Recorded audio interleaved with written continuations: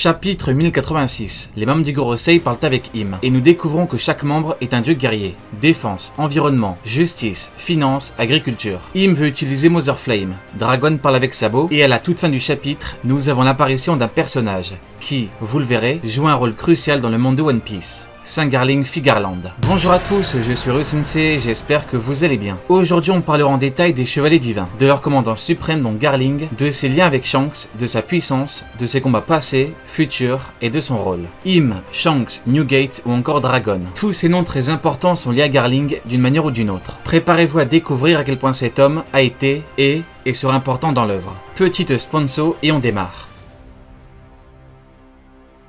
Est-il réellement indispensable d'avoir un diplôme en montage vidéo pour entamer une aventure sur YouTube? Eh bien non, et ce grâce à Filmora de Wondershare. Ce logiciel facile à utiliser vous permet de créer des vidéos dignes de ce que Vegapunk peut faire, en seulement quelques clics, sans compétences techniques spécifiques. À l'instar de beaucoup de territoires explorés par Luffy, Filmora regorge de trésors, vous offrant des milliers d'effets et de musique libres de droit, intégrés directement dans le logiciel, pour sublimer vos vidéos. Ajoutez des transitions, des filtres, des titres, autocollants, animations et plus encore. Les nouvelles fonctionnalités sont impressionnantes. L'une d'elles est l'éditeur de texte basé sur l'IA. Vous pouvez convertir les mots prononcés dans l'audio de la vidéo en texte et le modifier de manière cohérente via l'éditeur intégré. C'est super pratique pour corriger les erreurs, ajouter des informations ou changer le style de votre voix. L'éditeur est ultra précis et rapide. Tu veux créer une mini accrocheuse? Pas de problème. Avec le créateur de miniatures grâce à l'IA, encore une fois, tu peux le faire en quelques clics. Tu choisis parmi les 3 meilleurs clichés que l'IA aura analysés à partir de ton contenu vidéo et tu personnalises selon tes envies. Tu peux utiliser l'un des 58 modèles prédéfinis pour différents thèmes ou créer le tien à partir de zéro. On peut éditer le texte et les images de la vignette avec des options avancées. Avec Filmora, libérez votre imagination et partez à l'aventure pour créer d'excellentes vidéos. Vous pouvez télécharger et essayer Filmora gratuitement en suivant le lien dans la description. Et pour naviguer avec plus d'aisance dans l'univers du montage, rejoignez l'équipe de Wondershare Filmora France sur YouTube. Beaucoup de tutoriels vous attendent. Aujourd'hui, sur la terre sainte de Marie-Joise, un dragon céleste a été exécuté. Il n'y a plus rien à manger. C'est terrible. À ce rythme, nous allons finir par mourir de faim. Ces foutus révolutionnaires. Toutefois, cette situation n'a pas été signalée dans le monde entier.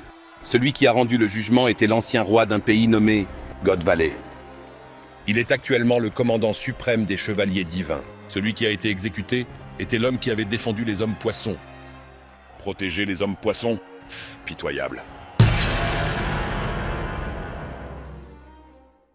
Garling est bien plus qu'un simple personnage. En réalité, Garling, à lui seul, montre tout le génie de l'auteur. Il montre à quel point il gère parfaitement son œuvre. Il montre à quel point il est pointilleux dans la cohérence. Car l'auteur arrive à rester cohérent malgré le fait que One Piece ait plus de 25 ans. Il y a beaucoup de persos à gérer. Et comme vu dans la vidéo précédente, l'auteur a précisé qu'il voulait faire un manga le plus cohérent possible. Il a dit que, quand il était jeune, la cohérence n'était pas un point central dans les œuvres qu'il lisait ou regardait, mais que lui veut un manga ultra cohérent. La cohérence englobe beaucoup de choses. Scénario, temporalité ou encore rapport de force. Or, l'auteur a toujours mis un point d'honneur à rester cohérent. Et il y arrive depuis plus de 25 ans. Mais, si je vous parle de ça, c'est parce que Garling est un personnage qui illustre parfaitement ce fait. L'auteur a démarré un processus de déconstruction de la marine, car la marine peut être l'ennemi final. Elle peut participer, mais au centre, ce n'est pas elle. Après la marine, place au GM. D'où la mise en avant de Im, du Gorosei, des Chevaliers Divins et de Garling Figarland. La puissance de la marine, je l'ai analysée. Je l'ai démontré, je l'ai expliqué. La marine a été l'ennemi dans la première grande phase. On a avancé, on n'est plus dedans. La marine désormais c'est échec sur échec, humiliation sur humiliation, défaite sur défaite. L'auteur savait qu'il ne peut faire de la marine l'ennemi final. L'auteur a un plan et il le suit à la perfection, tout en préservant le principe de base qu'est l'équilibre du monde. Voilà en quoi les choix de l'auteur sont aussi bons. Les Chevaliers Divins c'est un groupe à part, qui n'entre pas dans l'équilibre du monde, qui a été présenté comme ayant comme acteur de base Marine, Shishibukai, Yonko. Le GM est en quelque sorte représenté par les Shibukai. La marine utilisait des pirates pour faire le sale travail. On utilise des pirates pour ne pas salir les mains, et parce que la puissance est grande. L'accord permettait de maintenir un équilibre. La marine ayant des pirates en alliés, donc Shishibukai, les Yonko qui ne sont pas alliés ne pouvaient pas déclarer un conflit total à la marine. Et comme les Shishibukai sont avant tout des pirates, la marine peut se permettre de lancer un conflit. La géopolitique du monde de One Piece est faite ainsi. Accord, compromis, statu quo. En tout cas, c'était le cas. L'auteur pouvait donc donner plus de puissance à la marine, et quand je dis plus, c'est beaucoup plus, au risque de rendre ce manga incohérent, Ou alors, deuxième option, il pouvait faire autre chose. Donner beaucoup de puissance à des éléments qui n'entrent pas dans l'équilibre du monde, qui ne sont pas dans la marine. C'est là que Garling Figarland entre en scène. Dès son introduction, on comprend ce qu'il représente. La puissance de Marie-Joise. L'un, si ce n'est le dernier rempart avant le basculement total. On parle d'un homme supérieur. Dès qu'il arrive, il exécute purement et simplement un Tenryubito. En insulter un est un crime. En toucher un, encore plus. Lui peut les exécuter. Garling est en quelque sorte un bourreau. Sans règles, c'est l'anarchie. Voilà pourquoi Garling a exécuté Mjosgard. Même chez eux, il y a des règles. Tout n'est pas permis. S'il est en torse, qu'il en soit ainsi. Garling exécutera la sentence. Avant d'en parler en détail, il faut bien comprendre qu'il y a une construction particulière qui mène à Garling. Pourquoi? Le chapitre 1086 est un chapitre spécial GM. Et je dirais même que le chapitre sonne vraiment le fait que le GM sera un grand ennemi, qui vient après la déchéance de la marine. La marine s'est faite humilier de par l'humiliation du Ryukyu. Fujitora et Aramaki n'ont pas capturé les Revo. Akainu se fait insulter, rabaisser. On lui demande du homard. Kizaru est incapable de faire ne serait-ce qu'un peu dégâts à Luffy. Garp perd sur la ruche. La marine perd son héros. Son symbole. Par contre, le chapitre 1086 est différent, car il met en avant le GM. On voit Sabo qui souffre énormément. Les membres du Gorosei sont présentés comme étant des dieux guerriers.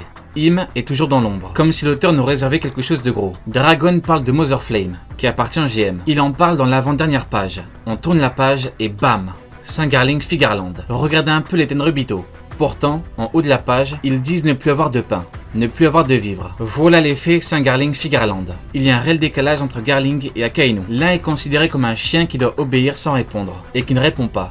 L'autre est celui qui exécute. Depuis qu'il est amiral en chef, il est dans le bureau. Il en sort, il attaque Kuma, puis se fait insulter, rabaisser, humilier. Garling est quant à lui encensé. Autre élément intéressant, il faut lire entre les lignes. Dragon, en parlant de Mother Flame, qui pourrait être antique, dit bien, pourquoi ne pas l'avoir utilisé avant? C'est là que l'auteur montre à quel point il est cohérent, et à quel point il gère bien son œuvre. Mother Flame a été fait par Vegapunk, et il fallait l'essayer. Mais au-delà de ça, on en revient à Garling. Pourquoi ne pas avoir utilisé la puissance de Garling? Eh bien parce que Garling a un rôle différent. Quand on parle de cohérence et Marineford, c'est pas pour rien. Ça va au-delà de la puissance de tel ou tel combattant. C'est une question de cohérence globale. Si la marine est aussi forte, pourquoi ne pas mettre un terme à la piraterie? Si la marine est largement supérieure en équipage Yonko, on est dans de l'incohérence. Or, pour Garling, qui n'est pas dans la marine et qui a un rôle différent, eh bien on n'a justement aucune incohérence. Les pirates, c'est l'affaire de la marine. Les chevaliers divins s'occupent d'autre chose. Et d'ailleurs, Dragon a parlé d'eux. Le premier élément qui dit que Garling est extrêmement fort, c'est ce que dit Dragon. Ivankov parle d'un blocus. En haut, ils n'ont plus de vivres. Et Dragon répond, ils ne sont pas le genre de personnes à rester silencieux sous la contrainte. S'ils mobilisent les chevaliers divins,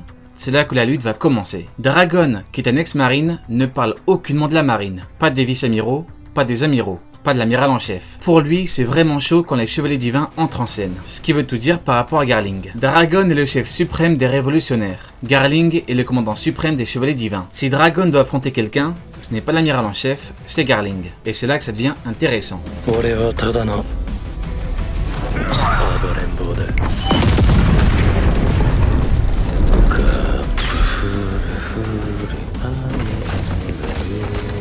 Intéressons-nous à Garling Figarland. Garling est le champion de God Valley. Un champion, c'est un gagnant. Un champion est quelqu'un qui excelle. Mais il faut savoir qu'en japonais, le terme qui est utilisé peut être traduit par champion ou super-héros. Durant God Valley, Garp est devenu le héros de la marine, tandis que Garling est devenu le champion ou le super-héros de God Valley. Ce qui implique que Garling est quelqu'un de très spécial. Un héros est souvent une personne ordinaire qui accomplit des actes extraordinaires. Un super-héros, c'est pareil, sauf que le super-héros a des capacités qui vont au-delà. L'auteur pourra donc faire une distinction entre Garp et Garling. L'un n'a pas de pouvoir particulier, tandis que l'autre en a. Le terme champion pourrait être lié à la compétition, mais elle a été interrompue par l'attaque des pirates. Donc, comment aurait-il pu gagner? Il faudrait avoir repris après la défaite de Rox. Ce qui est quand même compliqué. C'est limite impossible à justifier. Conclusion, Garling Figarland est avant tout un homme qui s'est grandement illustré sur God Valley, un endroit où les pirates les plus puissants du monde étaient réunis. Et si on ajoute le fait que Dragon reconnaît sa puissance, on en déduit qu'il est extrêmement puissant. Garling est un Figarland, et les Figarland sont particuliers. Dans le film Red, le Gorosei se demande si Uta est une Figarland. Et dans le cas où, effectivement, c'est une Figarland, lui ôter la vie est un sujet compliqué. A priori, la famille Figarland est donc une famille supérieure. On aurait donc une hiérarchie des familles, car Mjosgard, un Don Quichotte, a perdu la vie pour un acte qui n'est pas non plus extrêmement grave. Le fait que Garling soit un Figarland est donc sûrement un élément qui fait que la famille est spéciale, d'où le fait que cet homme ait bel et bien un statut très spécial. La question à se poser est, est-ce normal? Est-ce normal qu'il y ait une hiérarchie dans les familles?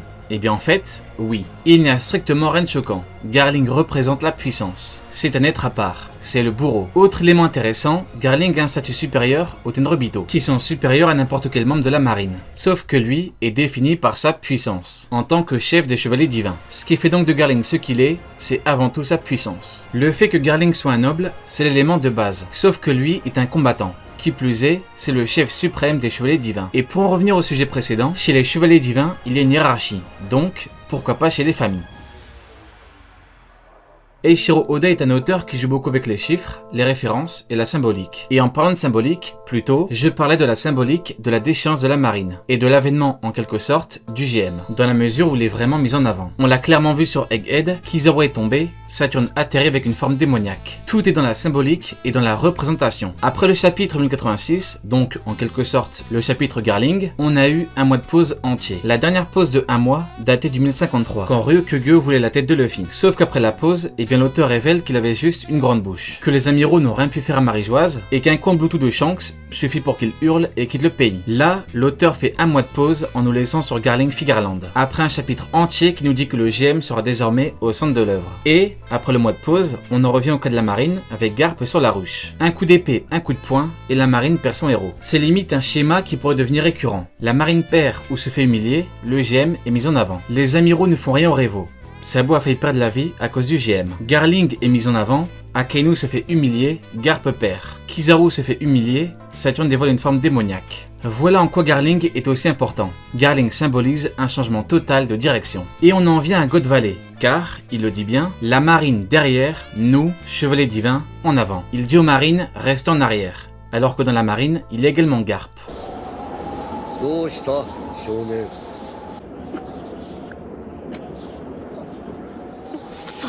Parlons maintenant de la puissance de Saint Garling Figarland. Comme dit plus tôt, Dragon encense en quelque sorte les chevaliers divins et donc, de fait, leur chef, Garling. Dragon est peut-être destiné à l'affronter, au vu de ce qu'il dit. Et Dragon est extrêmement puissant. Chef des Revo, son second c'est Sabo, mais au-delà de ça, que peut-on en déduire? Eh bien, après mes réflexions, je suis en mesure de vous dire que Garling est censé être supérieur, en termes de puissance, aux amiraux. Dragon ne calcule pas la marine, il calcule les chevaliers divins. Il doit savoir que le chef est extrêmement fort. S'il était plus faible qu'un amiral, ou alors qu'il avait une puissance identique, les mots Dragon seraient difficilement compréhensibles. Ça n'aurait pas réellement de sens. Quel intérêt d'en parler comme ça? Comme dit plus tôt, il y a beaucoup de choses qui entourent Garling. Champion ou super-héros de God Valley. Ça joue beaucoup. Le fait qu'il se met en avant de cette manière. Le fait qu'il a un statut si particulier. Maintenant, on sait que Garling semble être assez âgé. Donc, on peut se demander, a-t-il perdu beaucoup en puissance ou pas, par rapport à son prime? Eh bien, pour répondre, on a deux éléments très concrets. Garp et Rayleigh. Avec Garp et Rayleigh, on a deux exemples parfaits. Un homme qui a vieilli et qui était inactif, totalement inactif, et un homme qui a vieilli, mais qui était actif, qui s'entraînait tout le temps. Rayleigh Prime, c'est niveau Yonko. Rayleigh Vieux, c'est niveau intermédiaire. Plus fort qu'un amiral, plus faible qu'un Yonko. Tout ce que je vous dis là est sourcé, officiel, factuel. Si Rayleigh, qui est totalement inactif, perd un niveau de puissance, est-ce que Garp a également perdu un niveau de puissance? Eh bien non, car, contrairement à Rayleigh, il s'entraînait toute sa vie. Comment un homme qui s'entraînait toute sa vie peut-il perdre autant de puissance qu'un homme qui était inactif totalement? Donc, inactivité totale perd un niveau de puissance, actif toute sa vie, entraînement toute sa vie, perd juste un peu en puissance. La question est donc, est-ce que Garling est inactif depuis 20 ans? Ou alors, est-il actif? Tout comme Garp. A-t-on un Rayleigh ou un Garp? Eh bien Garling est le chef des chevaliers divins, donc il est, de fait, actif. Rayleigh n'a pas touché une épée pendant 20 ans. Il faut également savoir qu'on peut avoir 68 ans sans perdre en puissance. Big Mom est niveau Yonko, et c'est son âge. Donc, à moins qu'on dise que plus jeune, elle était supérieure au Yonko, tu peux avoir cet âge-là et ne pas réellement perdre en puissance. Ce qu'il faut retenir, c'est que Garling n'est pas censé avoir perdu beaucoup en puissance. Ça peut paraître fou, mais c'est l'auteur qui fait les règles. En prenant en compte le fait qu'il soit actuellement supérieur aux amiraux, et en prenant tous les éléments en compte, Garling Figarland c'est minimum niveau intermédiaire, mais il peut avoir le niveau Yonko. Maintenant la question est-ce dérangeant? Est-ce incohérent? Eh bien comme dit plus tôt, pas du tout. À vrai dire, l'auteur peut lui attribuer le niveau qu'il veut, ce qui n'est pas le cas pour tous les personnages. Pour Garling, à aucun moment, ce niveau ne rendra quoi que ce soit incohérent. Sur God Valley, qu'il est niveau Yonko ou intermédiaire, il y avait beaucoup de pirates extrêmement forts. Il a pu affronter un niveau intermédiaire ou carrément un niveau Yonko, d'égal à égal. Garling n'était pas sur Marineford, donc son niveau ne change rien au bon déroulement de la bataille. Garling est un combattant qui a un statut spécial. Il faut que le GM puisse proposer au moins un combattant d'exception, au moins un patron, au moins son champion, son super-héros.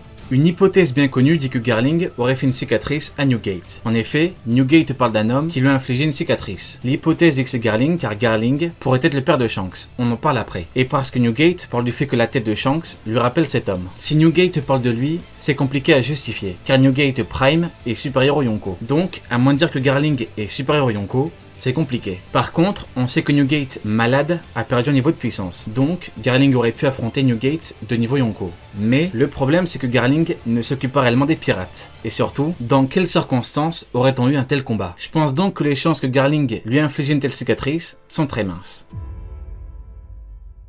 Dans le chapitre 906, quand les reines et rois du monde entier montent les escaliers, des statues longent le mur. Je pense que ces statues représentent les chevaliers divins. Si Im est en haut, ils forment alors un groupe. Et les chevaliers divins sont possiblement inspirés des chevaliers de la table ronde. Ils constituent un ordre légendaire au service du roi Arthur. Il a chargé l'ordre de mener la quête du Graal, un objet mythique de la légende arthurienne. Et que savons-nous de God Valley? Eh bien justement que les chevaliers ont combattu pour le trésor des Rocks, qui peut être un objet mythique. Parmi les chevaliers, il y a un traître, fourbe, perfide et sournois. On pourrait donc avoir un traître parmi les chevaliers. Et selon Shiryu, l'homme à la cicatrice de feu pourrait être un homme du GM. Il pourrait connaître beaucoup de secrets du GM et en plus de ça, il aurait le dernier rôde. Si on a réellement une telle inspiration, alors Im pourrait être inspiré du roi Arthur. Im peut être une femme ou un homme. Mais une subtilité en langue japonaise pourrait nous dire que Im est en réalité un homme. Pour une femme, on utilise ce kanji.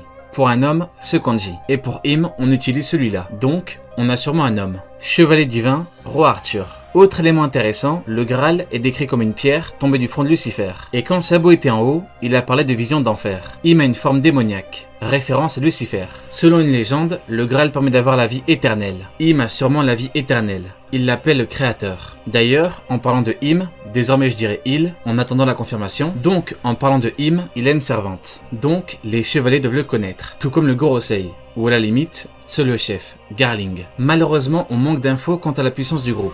Mais, on connaît la puissance du chef. En tout cas, on connaît son minimum en puissance, intermédiaire. Il y a une dizaine de chevaliers, donc on pourra avoir un schéma classique d'équipage, ou de groupe, comme à l'époque avec le CP9. Si Garling est niveau intermédiaire, il aurait 2 ou 3 commandants, de niveau Shishibukai, vous appelez ce niveau comme bon vous semble, intermédiaire entre vice-amiral et amiral, et les autres seraient encore en dessous. Par contre, si Garling est niveau Yonko, alors on aurait 2 ou 3 commandants, et les autres seraient des vices. Voilà à quoi ça pourrait ressembler, si toutefois l'auteur suit un schéma classique.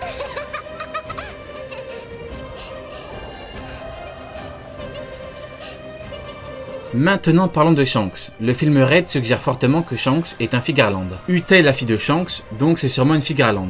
On a un lien direct, Shanks peut être un Figarland. Garling peut donc être le père de Shanks, mais rien n'est sûr. La sœur de Garling pourrait être la mère de Shanks. Imaginons que Xebec soit le père de Shanks. Xebec aurait eu un enfant avec la sœur de Garling, une sœur qui aurait donc commis l'irréparable. Mais Garling peut tout à fait être le père de Shanks, et Shanks pourrait être amené à revoir son père. Ce qui implique un potentiel combat. Car au niveau idéologique, on est aux antipodes. Le problème, c'est que Dragon contre Garling est un combat bien plus approprié. Dans la mesure où c'est beaucoup moins théorique. Pour Shanks, on théorise un lien pour théoriser un combat, mais aussi parce qu'on a un combat parfait. L'homme qui représente la révolution contre l'homme qui représente la puissance de Marégeoise. Par contre, si Shanks affronte Garling, alors on pourra avoir un combat d'anthologie. Shanks est un pirate qui menace, qui punit, qui humilie, qui extermine. Il menace la marine, il punit Akainu, il le force à arrêter le combat, il l'humilie à Ramaki, il extermine Kid. S'il se retrouve devant Garling, un homme avec un tel tempérament, un tel comportement et qui représente ce qu'il représente, alors le combat se fera. Garling semble être un homme qui va au bout des choses. Garling était un jusqu'au boutiste. Il n'hésite pas à exécuter un Tenryubito. Il lui parle comme un moins que rien. Garling Figarland est l'homme qu'Akainu ne sera jamais. Un être supérieur qui n'a de compte à rendre qu'à Im. Un être que les Tenryubito ne peuvent humilier. Un homme qui peut donner un vrai combat aux hommes les plus puissants du monde. Voilà pour la vidéo, j'espère qu'elle vous aura plu. N'oubliez pas que Filmora est l'outil idéal pour faire vos montages vidéo. Le lien est dans la description. Venez tester vos compétences sur la nouvelle version, avec encore plus de nouveautés. Garling est plus fort que les amiraux. Allez, Diane, tu n'auras pas regardé Meuf de pour rien.